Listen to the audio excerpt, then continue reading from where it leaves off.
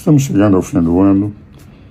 Eu queria mandar uma mensagem especial em relação a todos os meus seguidores, enfim, que se me seguem porque, de certa forma, comungam dos mesmos ideais, dos mesmos princípios, das mesmas preocupações em relação ao Brasil e devem ser patriotas.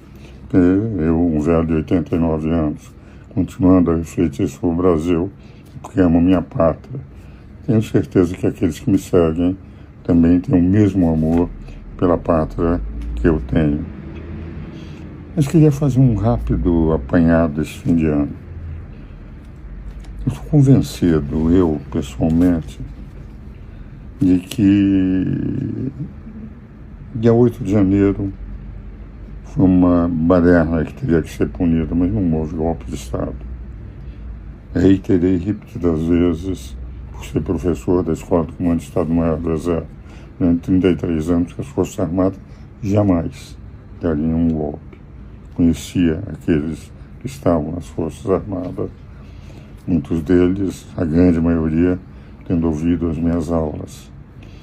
Então, para mim foi uma baderna, não foi golpe de Estado. Por outro lado, sem conhecer os detalhes da questão, a não ser aquilo que eu li pelos jornais da prisão do Braga Neto, eu entendo que a jurisprudência suprema dizia que, com base em delação premiada, não poderia haver prisão provisória ou prisão preventiva. E ele foi baseado na delação premiada de um coronel. Também algo que, do ponto de vista jurídico, eu tenho minhas dúvidas. Eu apresento e tenho apresentado apenas como intérprete do direito da Constituição. Também entendo que aquele plano translocado que foi descoberto no celular, matarem autoridades, 3 ou 4 militares, quando nós temos em torno de 140 generais, nós temos 14 almirantes de esquadra, 16 generais de exército, não sei quantos tenentes brigadeiros, eles nunca entrariam. Mas nunca. Tanto é verdade que não houve sequer tentativa. Porque a tentativa teria que ser dado um tiro, foi lá, conseguiu. Não houve nada disso. Houve um plano translocado de alguns oficiais, entende? E nem sei se foi em plano, porque aquilo foi colocado em celular. Então, para mim, também não houve nem violenta atentado ao Estado de Direito ou um golpe de Estado, que faltou aquilo que é fundamental para a existência de um crime, que é a tentativa. Por outro lado, reconheço que hoje é uma simpatia muito maior da Suprema Corte em relação ao Poder Judiciário, em relação ao Executivo e do Executivo em relação ao Poder Judiciário. Nós temos 3 poderes, é evidente uma sintonia muito maior entre o Judiciário e o Executivo e um Congresso, embora conservador, fragmentado, muitos partidos, e o problema das emendas parlamentares, etc., de terem verbas. Essa é a razão pela qual eu sou parlamentarista. Captação, conseguir parte do orçamento para o interesse dos parlamentares não existe no sistema parlamentar. Porque como o chefe de governo sai do legislativo, aquele grupo do legislativo que apoia o chefe do governo não pode deixar a fragilização orçamentária. A captura de orçamento não existe no parlamentarismo. E como existe no presidencialismo, quando há muitos partidos, cada um vota se tiver uma emenda a seu favor, isso custa um dinheiro maior para o contribuinte. Um Congresso fragmentado, um Congresso com emendas parlamentares, de um presidencialismo que não deu certo na América Latina em nenhum lugar, todos os países tiveram golpes de Estado. Por essa razão, sempre, desde os bancos acadêmicos, defendi o parlamentarismo. Quando eu fiz política até 1965, presidi um partido que era favorável ao parlamentarismo no Brasil, que era o Partido Libertador. Então nós temos uma conjunção entre Supremo e Executivo, simpatias mútuas, um Congresso fragmentado, a economia estourando, entrando na chamada dominação fiscal, em que nem com política monetária se consegue controlar a economia, porque o aumento de juros também, a desconfiança cresce, e a falta de política fiscal, que é a característica maior do governo Lula, está descompassando, volta da inflação, descompasso cambial aí presente.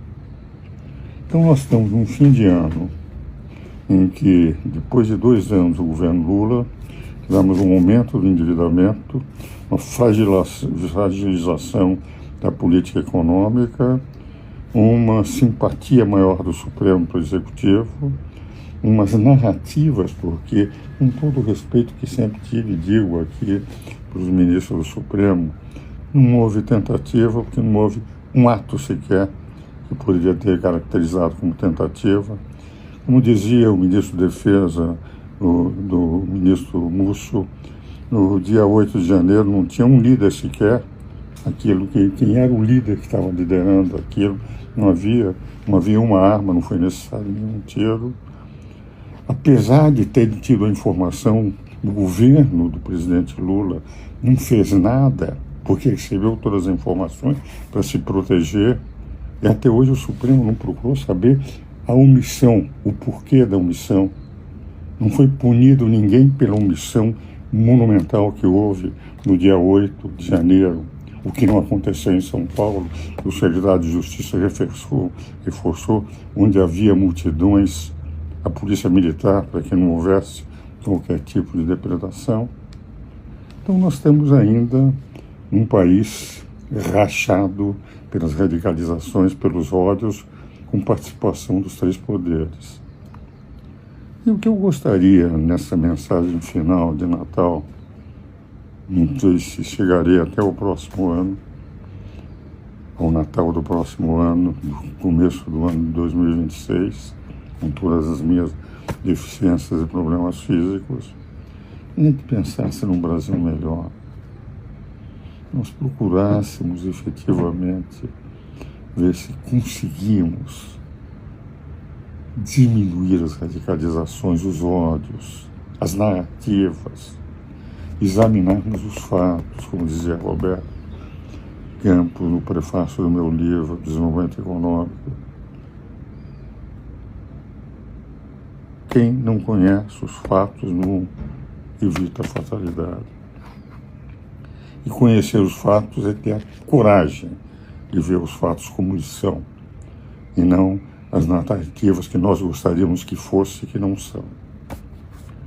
Nós precisaríamos tanto de paz nesse país, para compreender qualquer que seja aquele que está na presidência da República, ter paz, mas aquele que está tem que também não alimentar o ódio, para que o país possa sair dessa crise econômica que vai prejudicar brutalmente a todos os pobres. Política porque, enfim, as radicalizações vão se multiplicando. E jurídica, porque o que mais o Brasil está precisando nesse momento é segurança jurídica. E, infelizmente, com os prolongamentos de inquéritos, com todas as questões que estão sendo colocadas, grande parte dos juristas vem sem entrar no mérito da qualidade dos ministros da Suprema Corte. Nós vivemos com uma grande insegurança e despencando o apoio da população à imagem da Suprema Corte. Como eu os respeito, de um lado, mas quero um bem do Brasil muito além do respeito que possa ter por quem quer que seja. É um momento de todos nós, cidadãos e governantes, detentores dos poderes nos 3 poderes, de pensar num país com mais paz, num país em que vivamos o que Cristo no Natal pretendeu, com mais amor. Amor e paz se faz sem ódios e sem radicalizações. Amor e paz se faz cada um de nós pensando muito menos no que temos e no poder que temos, e muito mais numa pátria gigante, que é aquilo que todos nós desejamos para o Brasil no ano de 2025. Para todos os meus amigos seguidores, para todos aqueles que não me querem bem, para todos aqueles que detêm o poder e aqueles que são como eu, cidadãos de segunda, que são cidadãos sem força nenhuma, sem poder. Eu gostaria que todos nós pensássemos na nossa pátria com amor e paz, e pensássemos na nossa pátria, que nós somos mortais e vamos desaparecer a qualquer momento. Nós temos que criar uma pátria maiúscula para todos os nossos filhos e netos, porque, no fundo, nós vivemos para o futuro do nosso país e não para esse momento difícil por que estamos passando. Um feliz 2025 para todos os meus amigos seguidores e para todos os brasileiros.